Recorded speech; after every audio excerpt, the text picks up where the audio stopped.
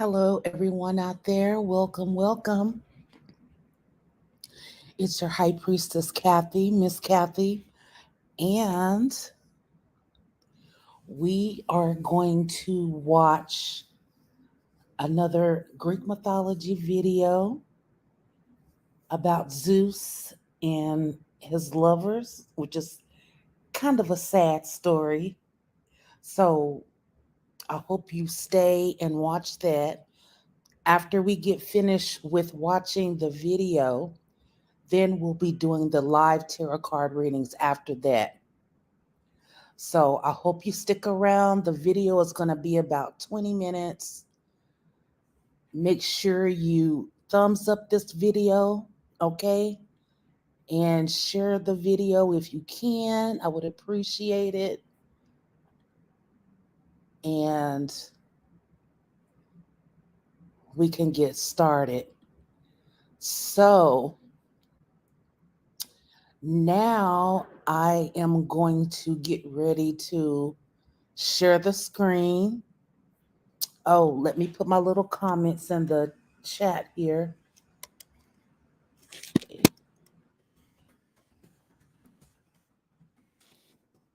You want a live tarot card reading.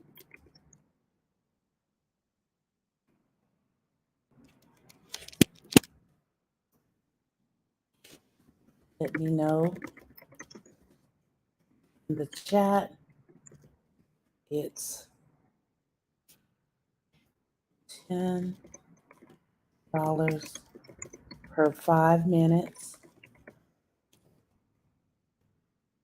by the super chat or my CA, which is $B Keeper 100.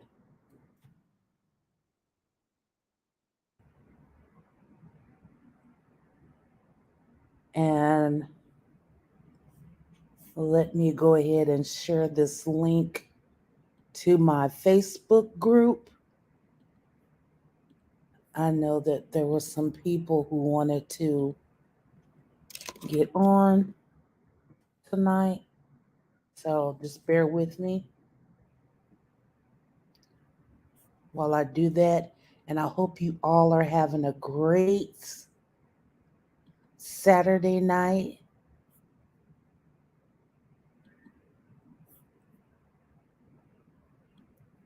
Or Sunday morning, wherever you are in the world. And make sure you also go to my description box so you can check out my website. And I'll be showing some things from my website later on after the live tarot card readings. And let me put the link here in Facebook so they can find it.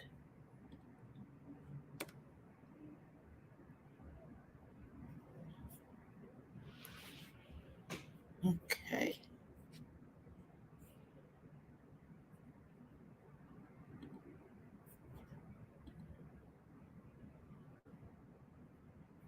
Hello, Indigo Shaman. How are you, love? Thank you for stopping by.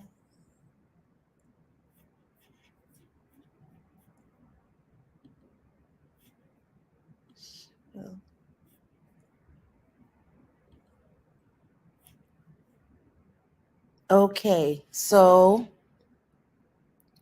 now I'm going to get ready to share the video. And like I said, the video is about 20 minutes long. And then after that, we'll get into the live tarot card readings. Thank you all for stopping in. Make sure you hit that like button. And as soon as I get over here,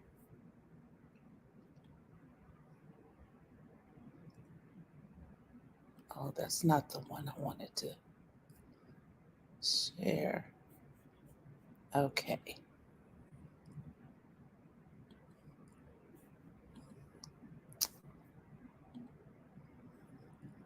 It's this one. There we go.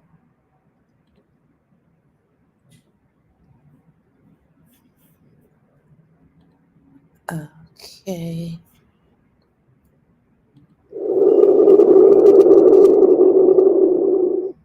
In the kingdom of Tyre, in Phoenicia, there was a beautiful princess.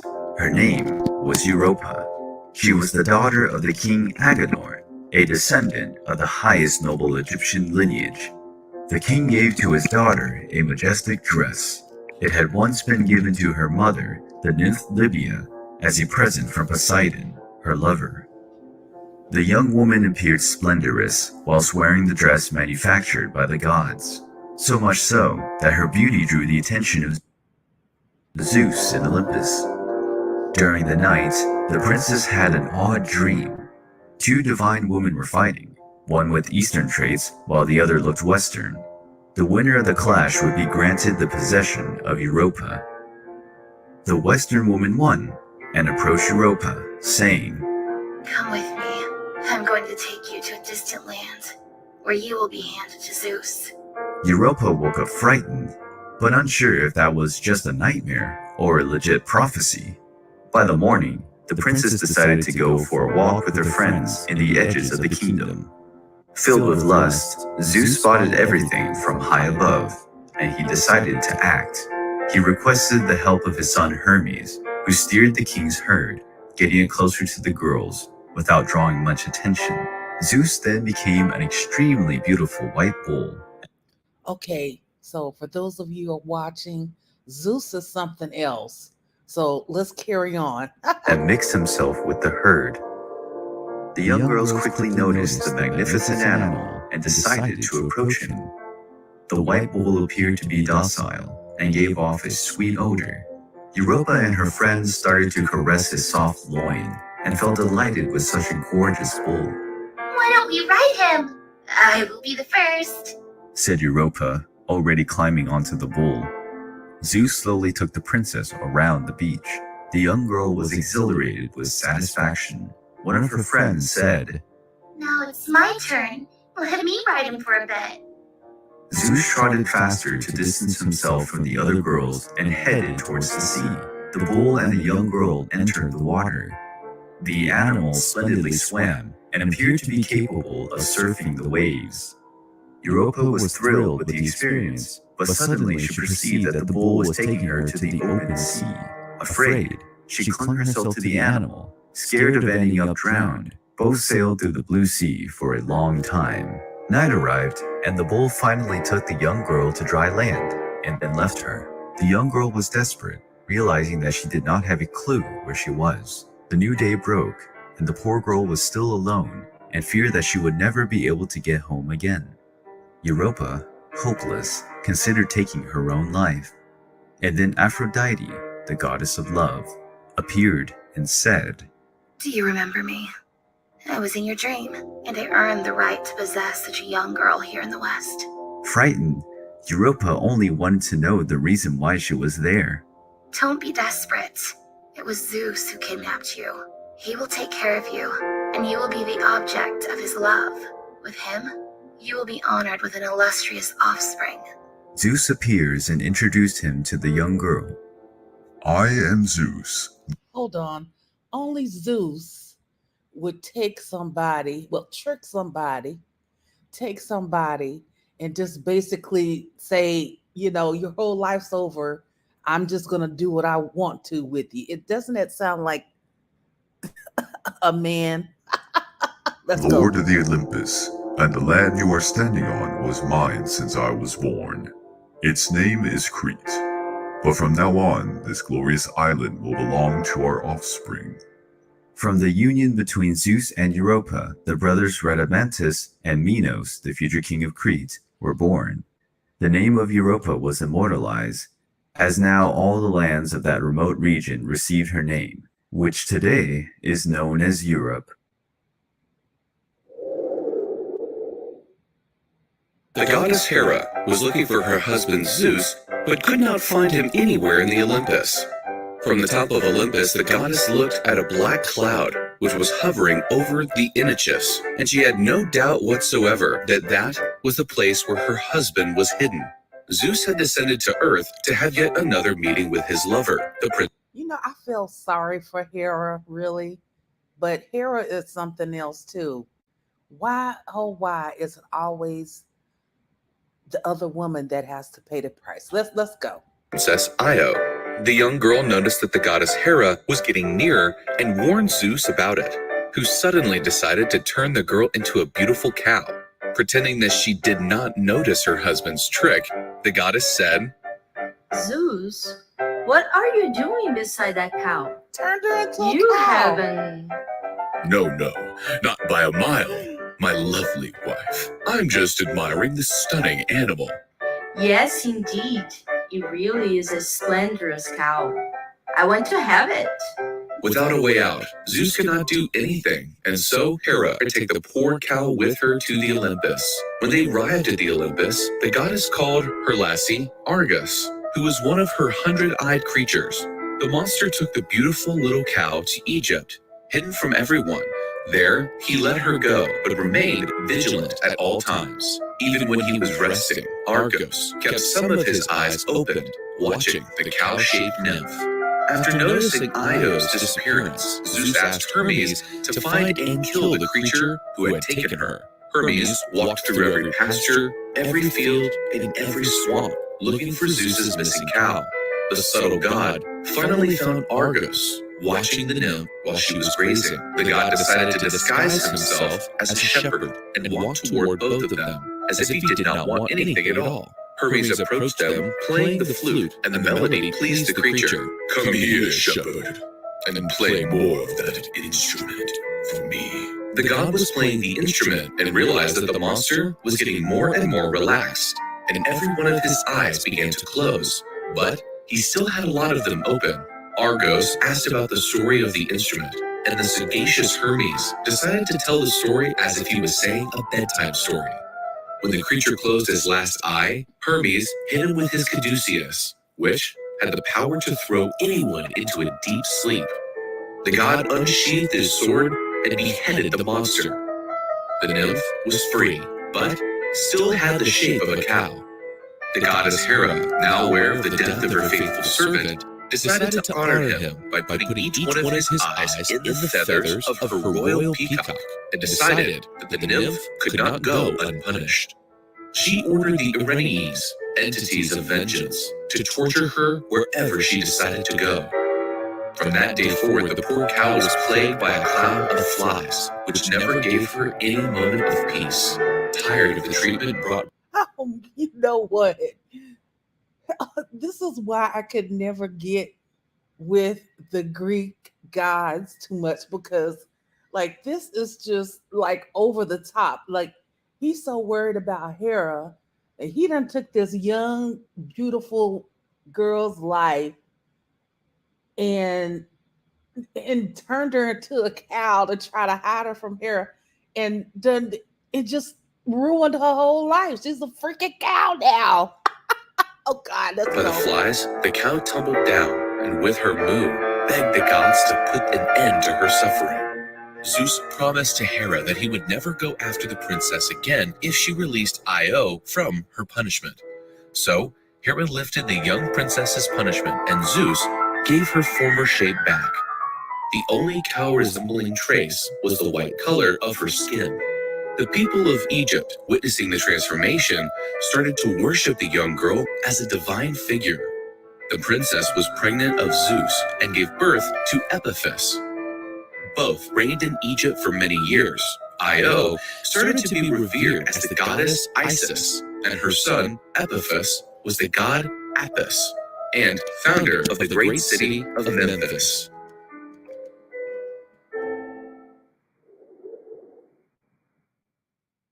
Lamia was a chimerical creature in Greek mythology. The figure of a woman with a serpent tail was a source of dread in ancient times.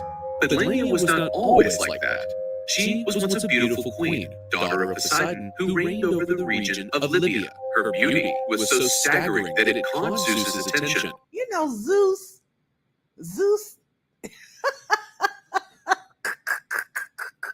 you know what? That has got to be the most lustful god ever. Truly a man. Let's go. The supreme god of Olympus. And so, she became Zeus's lover. The god and the queen had several children, something that enraged the goddess Hera, wife of Zeus. She got her revenge on the beautiful queen in the most ruthless way possible. Hera was responsible for the death of all children of Lamia. In some versions, the goddess made the mother devour her own children, and on top of that, she was terribly cursed. The young woman was transformed into a half-woman, half-snake creature, which fed herself by devouring children and young people. If that was not enough, the goddess still managed to prevent Lamia from closing her own eyes. And so, the picture of the death of her children was always present, and so, she could never rest. But Zeus, feeling sorry for the cursed creature, allowed her to remove her eyes, and so she could finally sleep for some time. With time, Lamia's myth transformed itself, and she started to be seen as a vampire creature, who, by means of seduction, attracted young people to her bed and fed on their blood. The medieval folklore transformed Lamia into a sort of boogie creature, and her story was told with the purpose of scaring children. Lamia, despite being a figure who lost relevance as centuries went by, is still a source of fear and fascination. Another victim.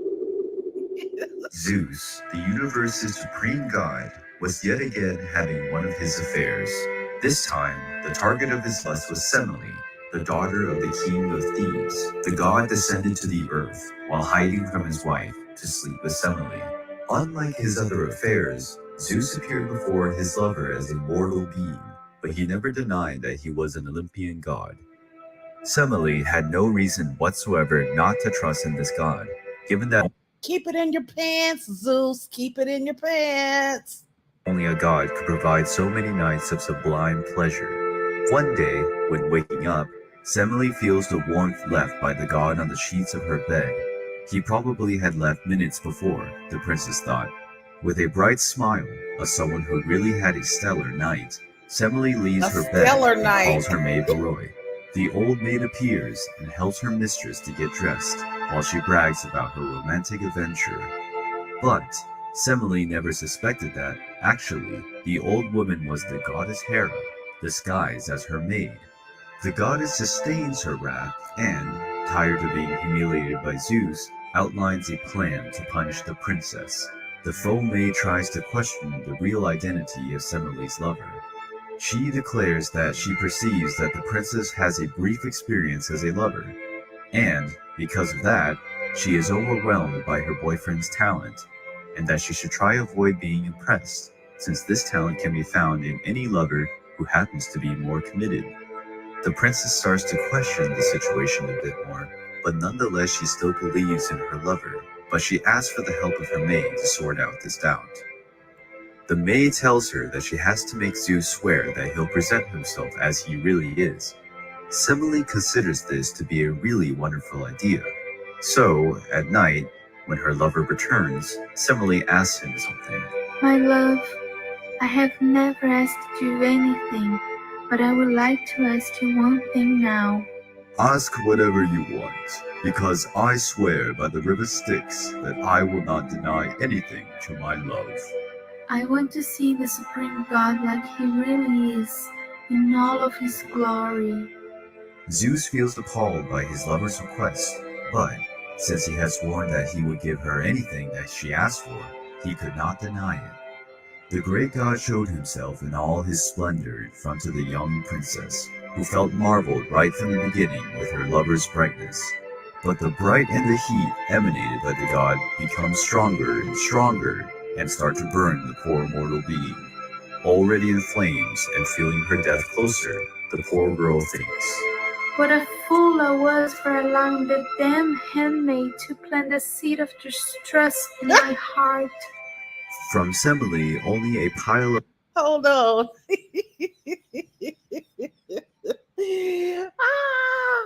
Hold on. So he showed his real self and she almost died She almost burnt up and died. Okay. Wow. Hera, all these games, right? Zeus and Hera. Oh my God. Yeah. Okay, let's go. Let's go. Of ashes remained. However, Zeus perceives that there was life amid those ashes. It was a baby who was not fully constituted yet. Zeus opens a crack in his leg, specifically his thigh, and inside it he puts the tiny baby who was still alive. The god had already given birth to Athena through his head, so there was no reason that he could prevent him from delivering another son. Therefore, after some time, the child is born, who will be the only god born from a mortal mother. His name was Dionysus, the god of wine and feasts.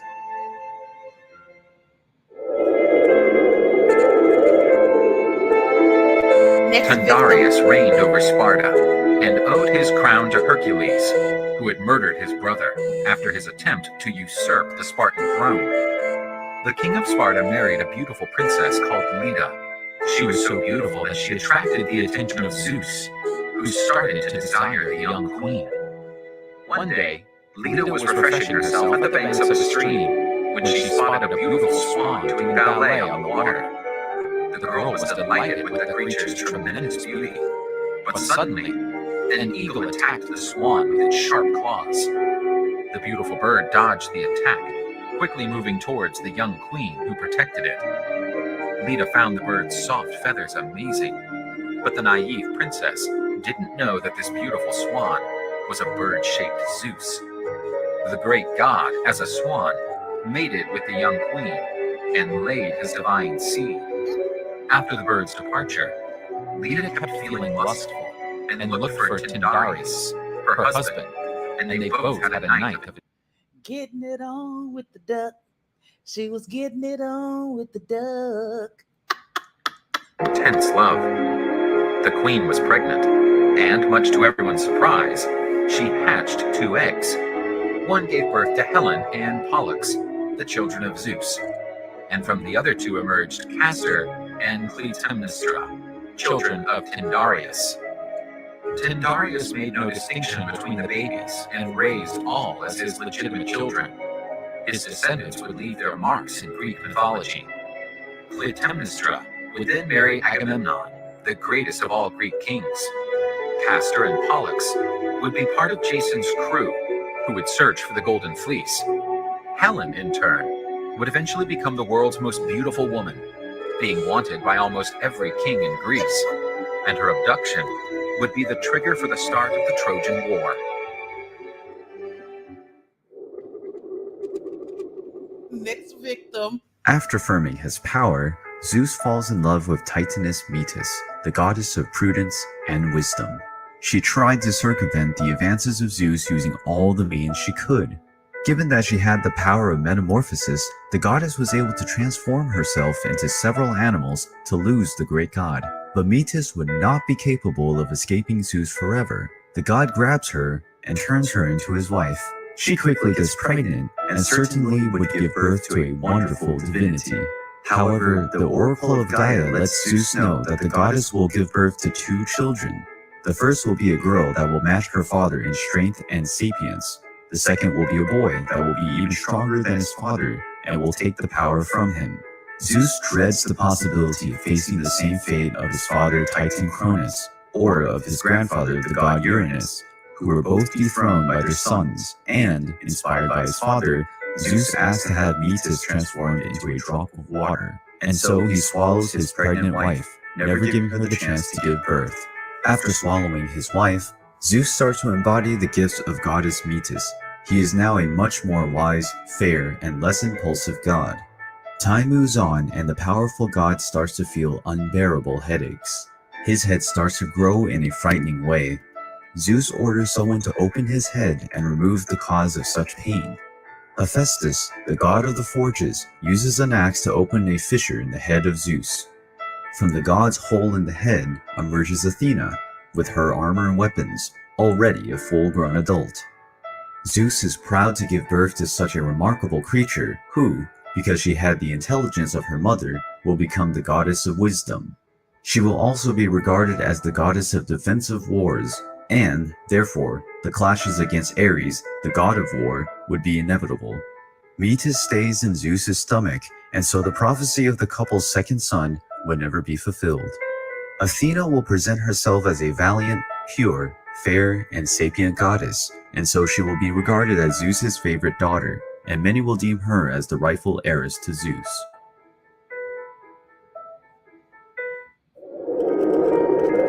Callisto.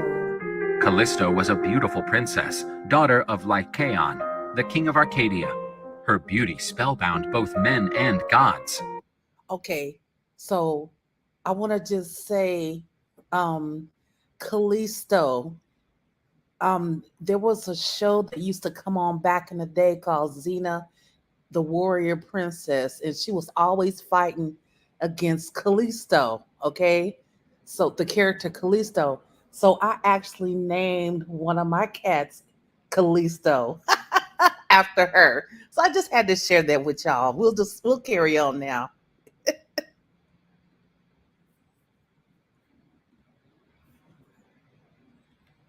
The girl became a lover of Zeus, and the boy Arcas was born from this union. The goddess Hera, Zeus's wife, after learning of yet another betrayal of her husband, decided to punish her rival. Hera cursed Callisto, and fur started to appear on the young princess's soft skin. Her delicate hands turned into paws with sharp claws.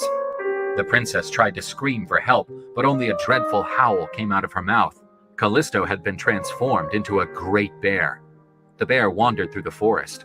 The princess stood on her two paws and begged Zeus to have her original shape back. But Zeus did not want to antagonize his wife and did nothing for Callisto. The bear was now roaming on the banks of the forest, next to where she lived, and hidden from everyone else, she watched her friends and relatives go on with their lives. Despite the fear of being sniffed by hunting dogs, she only risked her life to see her son Arcas grow. That is so sad. That is really sad. The little Arcas grew up believing that one day he would see his mother again. Time passed, and one day, as the great bear wandered through the forest, she encountered a hunter, who was her beloved son, whom she had not seen in a few years. The mother forgot she was a bear, stood up and tried to hug her son. He thought the bear was about to attack him and thrust his spear into the bear. But Zeus did not allow such a tragedy and intervened. The god transformed both mother and son into constellations. The mother's constellation became known by the name of Ursa Major, and her son's constellation was Ursa Minor. But the goddess Hera was furious to see her rival and her bastard son being honored in the skies, and convinced the sea deities Poseidon, Ocean, and Thetis not to shelter the constellations of Callisto and her son.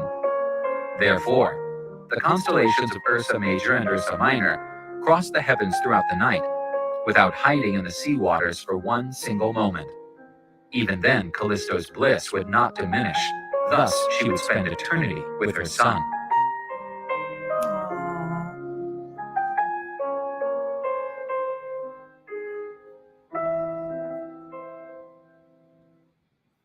Boo, Zeus, boo.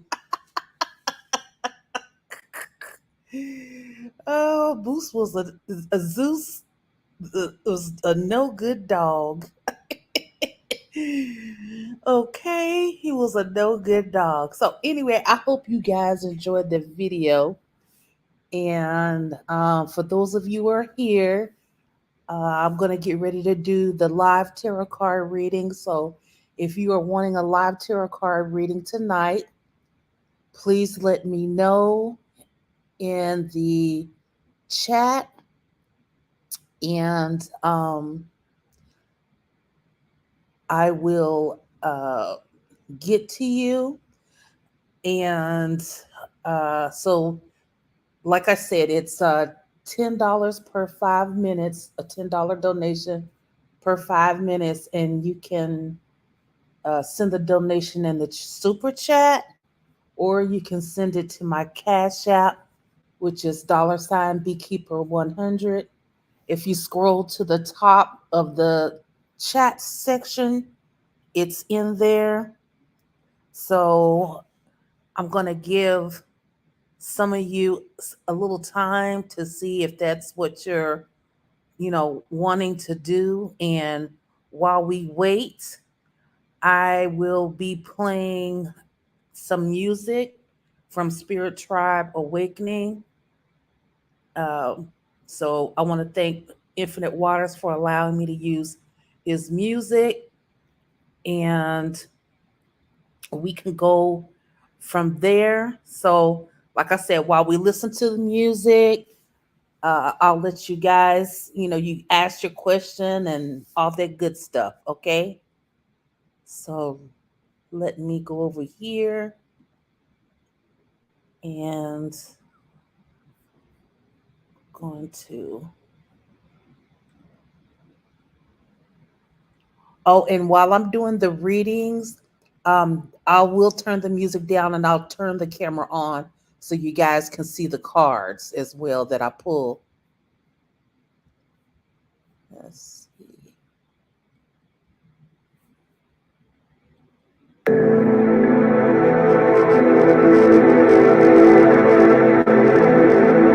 Share this with you guys here.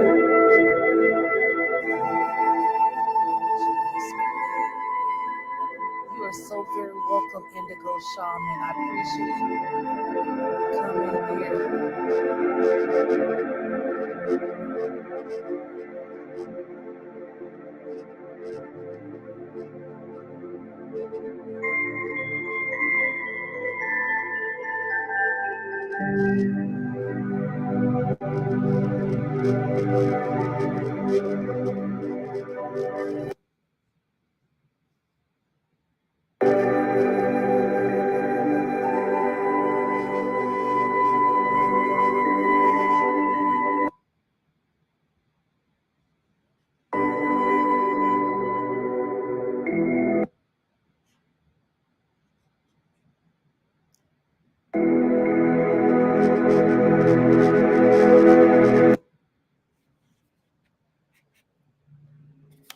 Pardon the connection. Let's see.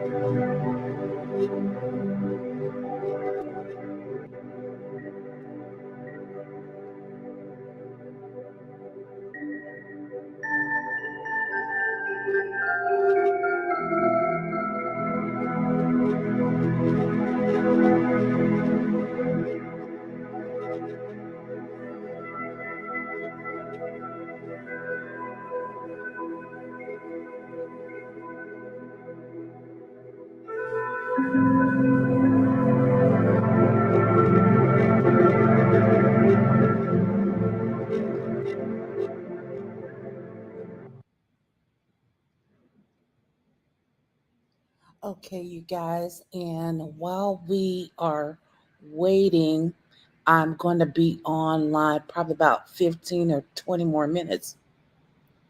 But I wanted to show you guys some new products that came into my store.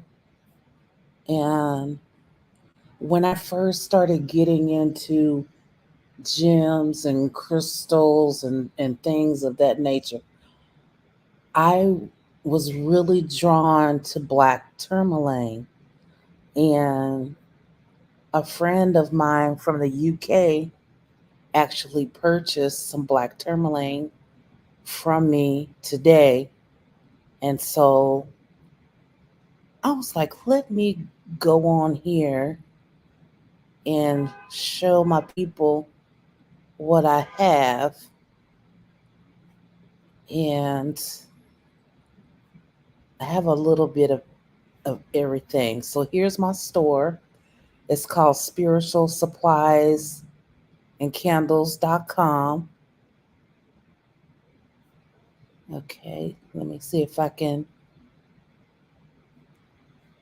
hold it, make it go up a little higher there.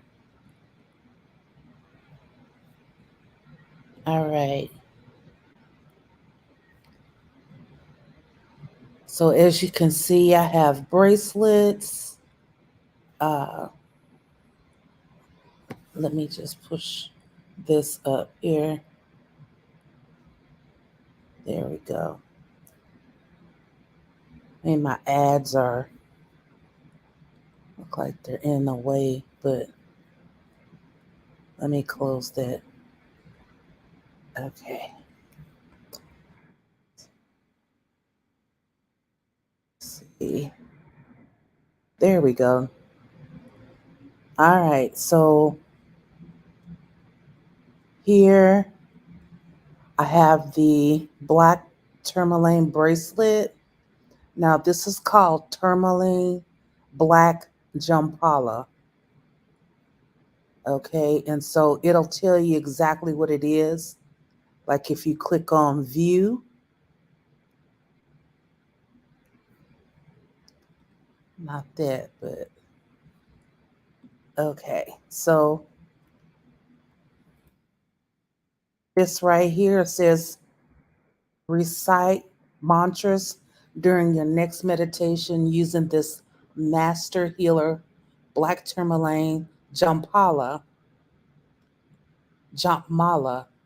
Black tourmaline may assist you with absorbing negative energies on or in your environment. It is also known to transform disharmony into peace while keeping you grounded. So, this is the reason why I love it so much. And it's great. I keep it at the door, I keep it right back here on the patio door out there. So, that's letting anything know, like, I'm protected in here. So definitely some nice beautiful pieces there for you. And let's go back to some of the other stuff I have here. I have the tourmaline black keychain,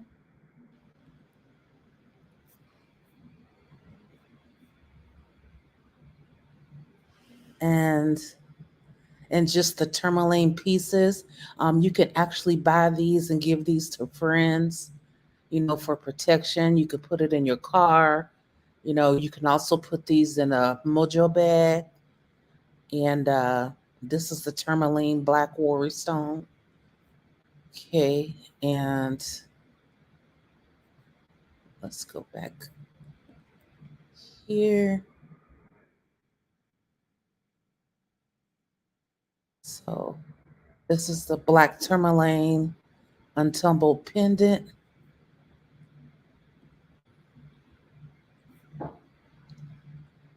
And this right here is another bracelet, black tourmaline wire wrapped here, so you can wear it as a necklace.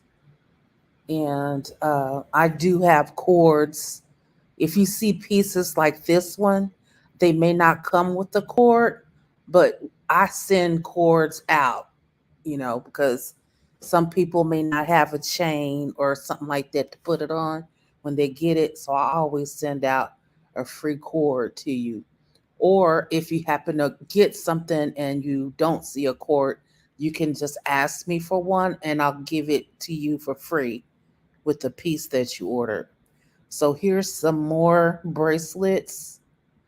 This is more of a polished stone, and this is black tourmaline runes. So there's a lot of people who do divination with runes as well. So if that's something that you're interested in, uh, the price is affordable. This rune set runs about $27. So It's $26.95 is how much it is. And let's go back over here. Okay, and there is a black tourmaline pyramid. Now this is pretty small. Okay, so it's 25 to 30 millimeters. Okay, so I know some people they ordered it and they expected it to be much bigger, but these are smaller. So and this one's $7.95, and yeah, some more bracelets and just a little bit of everything. If you keep going down, as you can see, you just click on number 2 down here. It'll take you to the second page of some more stuff, more products. Let me scroll down. Okay. So here, see, they're all great pieces. So here's a pendulum, a black tourmaline pendulum.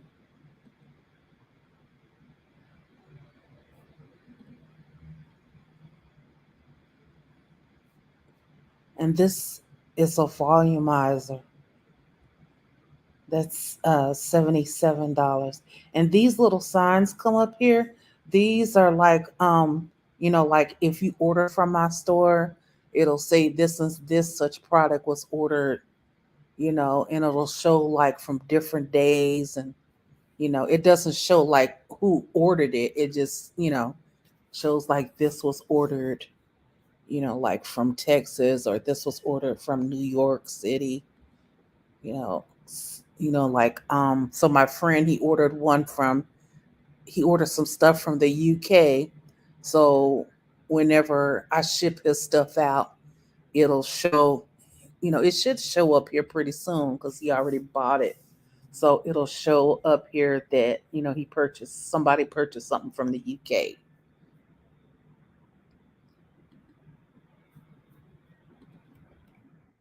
Let's go down here. Oh, this is pretty.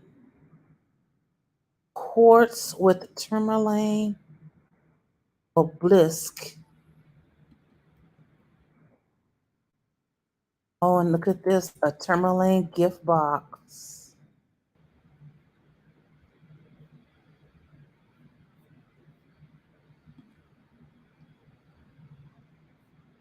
Right there, tourmaline gift box.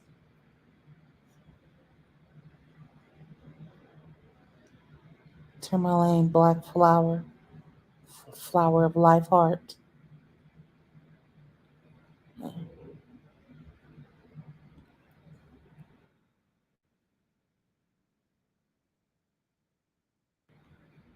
Okay, you guys, so I'm just going to play a little more music for about 10 minutes, and we'll see if anyone wants a live tarot card reading. If not, that's okay. I'm going to try to be back on later Sunday night. And then, of course, Read Me Mondays, I'll be on. And then we'll, be talking about a certain celebrity. So we usually do that on Mondays. And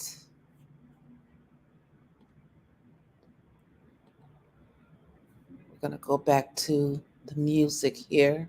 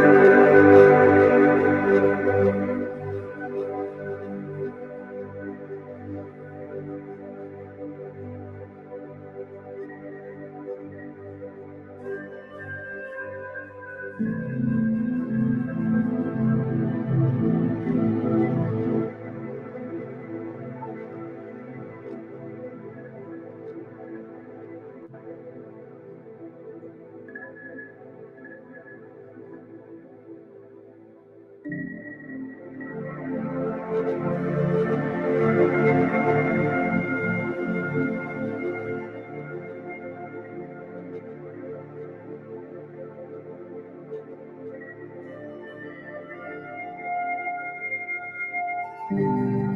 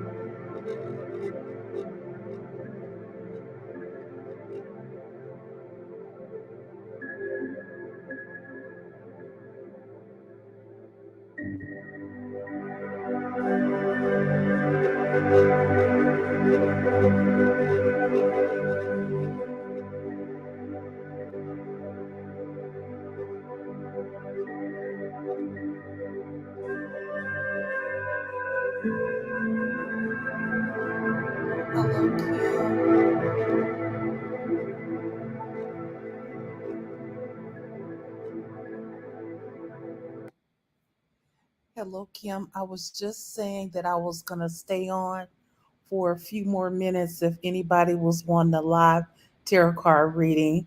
So if you're interested, let me know.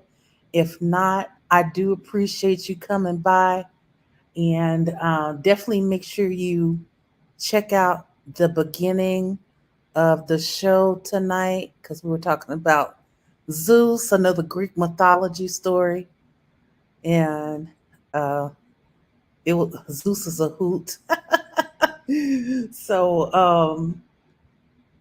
just listening to that and watching that was fun tonight. And yeah, and then I showed some new items that I got that came into my store. Is spiritualsuppliesandcandles.com. So all of that stuff will be in the description box below. And how are you doing, Modest Kim? How are you doing? And everybody else that stopped by tonight, I appreciate you all for coming by. Yes.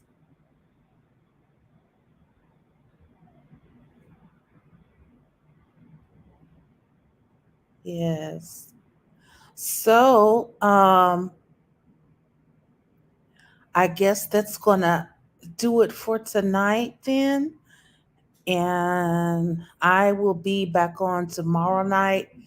And if you guys want to stop by Monday, Monday nights, Read Me Mondays, we talk about celebrity spirits, celebrity readings as well. So, uh, and that's usually between 8:30 or 10:30 Central Standard Time, to let you guys know I'm on Central Standard Time.